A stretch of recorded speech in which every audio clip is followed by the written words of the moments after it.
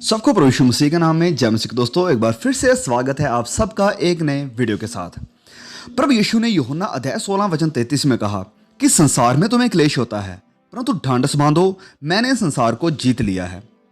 प्रभु यीशु ने कभी भी ये वादा नहीं किया कि हम ट्रिबुलेशन यानी क्लेश से बच निकलेंगे, वो क्लेश चाहे बड़ा हो या छोटा। लेकिन उन्होंने ये जरूर कहा कि हम जीत पालेंगे जैसे उसने भी जीत पाई। वह ज़्यादा इंटरेस्टेड या दिलचस्प इस बात में है कि हम जयवंत हों, दैट वी में बिकम द ओवरकमर्स, ना कि इसमें कि हमें क्लेश यानी परीक्षा से बचाए, क्योंकि वह ज़्यादा दिलचस्पी रखते हैं हमारा करैक्टर बनाने में, ना कि इस संसार में हमें आराम और ऐश प्रस्ती देने में।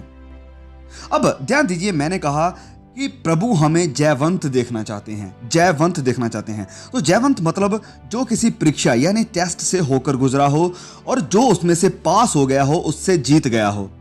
अब जीतेगा तो वही जो टेस्ट में हिस्सा लेगा। लेकिन इसके विपरीत आज बहुत से लोग हैं जो इस झूठी उम्मीद में हैं और सिखा रहे हैं कि आप तो टेस्ट में जाएंगे ही नहीं, बिना टेस्ट दिए ही आप जयवंत हो जाएंगे।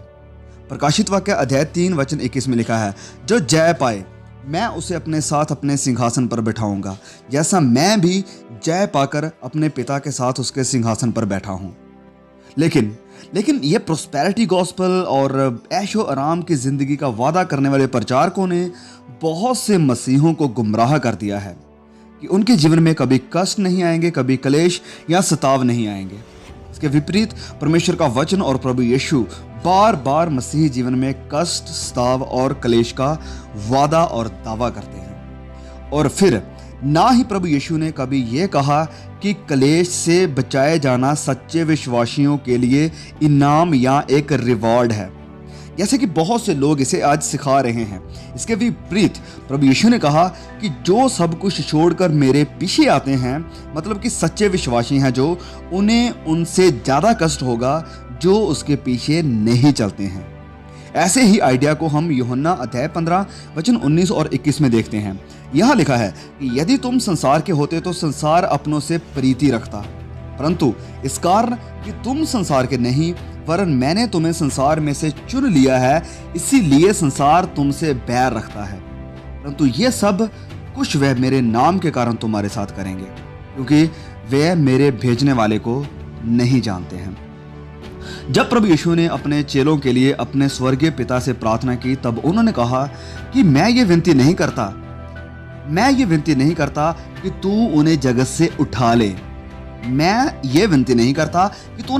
उठा ले, परंतु ये कि तू उन्हें उस दुष्ट से, ध्यान दीजिए, तू उन्हें उस दुष्ट से बचाए रख।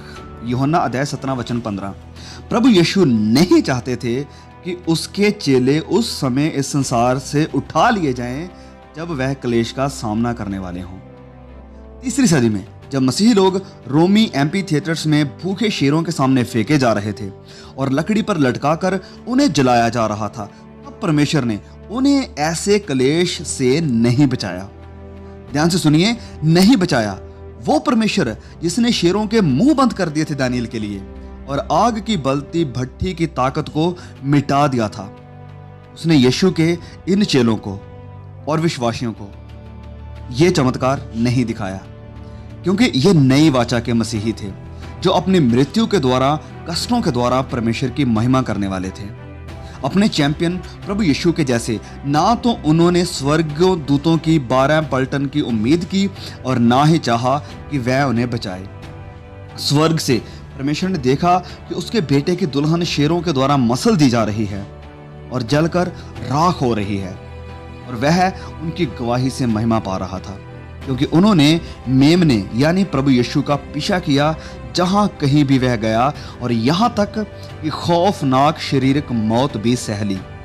प्रभु यीशु ने कहा कि उनसे मत डरो जो सिर्फ तुम्हारे शरीर को खत्म कर सकते हैं, और उससे डरो जो शरीर और आत्मा दोनों को खत्म कर सकता है। और यहां तक कि आज भी जब प्रभु यीशु के चेले कई जगहों पर उसके नाम की खातिर कष्ट उठा रहे हैं, वह उन्हें इस पृथ्वी से नहीं उठाता है, उन्हें नहीं बचाता है, और ना ही वह हमें उठाएगा जब महाक्लेश होगा। वरन ध्यान से सुनिए, वह हमारे लिए कुछ बेहतर करेगा। वह हमारे लिए कुछ बेहतर करेगा। वह हमें इस क्लेश के बीच जयवंत बनाएगा। ध्यान दीजिए, जयवंत बनाएगा। मुझे पता है कि यह संदेश बहुत अजीब है, सच में बहुत अजीब है। आराम और प्रोस्पेरिटी से प्यार करने वाली क्रिश्चियनिटी और मसीहत के लिए, जिन्हें बड़े लाड प्यार के साथ थपथपाया गया है कानों की खुजली मिटाने वाले प्रचारकों के द्वारा। लेकिन यही वह संदेश है जिसका प्रचार प्रभु यीशु ने बार बार किया है, और फिर प्रेरितों ने भी पहली कलीसियाओं को यही प्रचार किया था। लिखा है, और चेलों के मन को स्थिर करते रहे। कौन? पौलुस और बरनबास। और ये उपदेश देते थे कि हमें बड़े क्लेश उठाकर परमेश्वर के राज्य में प्रवेश करना है। बड़े क्लेश उठाकर। ये छोटे छोटे ट्रायल्स यानी इम्तिहान जिनका आज हम सामना करते हैं अपने घर में, घर के सदस्यों के द्वारा दिए जाने वाले कष्टों का, हमारे काम या समाज के द्वारा दिए जाने वाले स्ताव और परीक्षाओं का, ये तो बस प्रैक्टिस है, एक तैयारी हो रही है उस बड़े इम्तिहान की जो आने वाला है। इसलिए ये बहुत ही जरूरी है कि हम अभी से विश्वास योग्य रहें, वफादार बने रहें। परमेश्वर कहते हैं कि तू जो प्यादों ही संग दौड़कर थक गया है, तो घोड़ों के संग क्यों कर बराबरी कर सकेगा। यिर्मयाह अध्याय 12 वचन 5 में ये लिखा है। फिर प्रकाशित वाक्य अध्याय 1 वचन 9 में यूहन्ना कहते हैं, मैं यूहन्ना जो तुम्हारा भाई और यीशु के क्लेश और राज्य और धीरज में तुम्हारा सहभागी हूं। प्रभु यीशु के हर सच्चे चेले को यीशु के क्लेश में सहभागी होने के लिए तैयार होना चाहिए। Get rid of this comfort-loving jellyfish Christianity because it deceives you and it won't prepare you for the real thing that is about to come.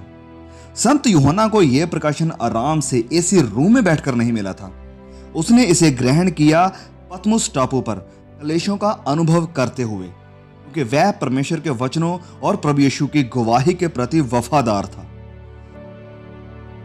धीरज यानी दृढ़ता एक ऐसा महान वर्च्यू यानी गुण है जिसके ऊपर नए नियम में बहुत ज्यादा जोर दिया गया है। ध्यान दीजिए धीरज पर।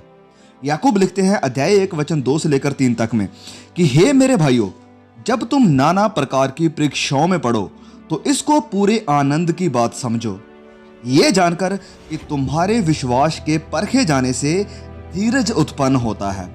विश्वास के परखे जाने से धीरज उत्पन्न होता है। और विश्वास कब परखा जाता है? वह लिखता है कि जब तुम नाना प्रकार की परीक्षाओं में पड़ते हो। तो मसीह यीशु ने खुद भी कहा कि तब वह क्लेश दिलाने के लिए तुम्हें पकड़वाएंगे, परंतु जो अंत तक धीरज धरे रहेगा, फिर से धीरज धरे रहेगा, उसी का उद्धार होगा। जो अंत तक धीरज धरे रहेगा। और फिर प्रकाशित वाक्य में लिखा है कि जो दुख तुझको झेलने होंगे उनसे मत डर। जो दुख तुझको झेलने होंगे उनसे मत डर, क्योंकि देखो शैतान तुम में से कितनों को जेल में डालने पर है, ताकि तुम परखे जाओ। प्राण देने तक विश्वास योग्य यानी वफादार रहे तो मैं तुझे जीवन का मुकुट दूंगा। परमेश्वर इस संदेश के द्वारा आपको बहुत आशीष दे। अगर आपने कुछ सीखा है और आप चाहते हैं कि और भी आपके भाई बहन इस वीडियो को देखें, इस मैसेज को देखें, तो प्लीज़ इस संदेश को उन सब के साथ शेयर जरूर करें। फिर मिलेंगे एक नए वीडियो के साथ। तब तक के लिए प्रभु यीशु का अनुग्रह, पिता परमेश्वर का प्रेम और पवित्र आत्मा की सहभागिता हम सब पर बनी रहे।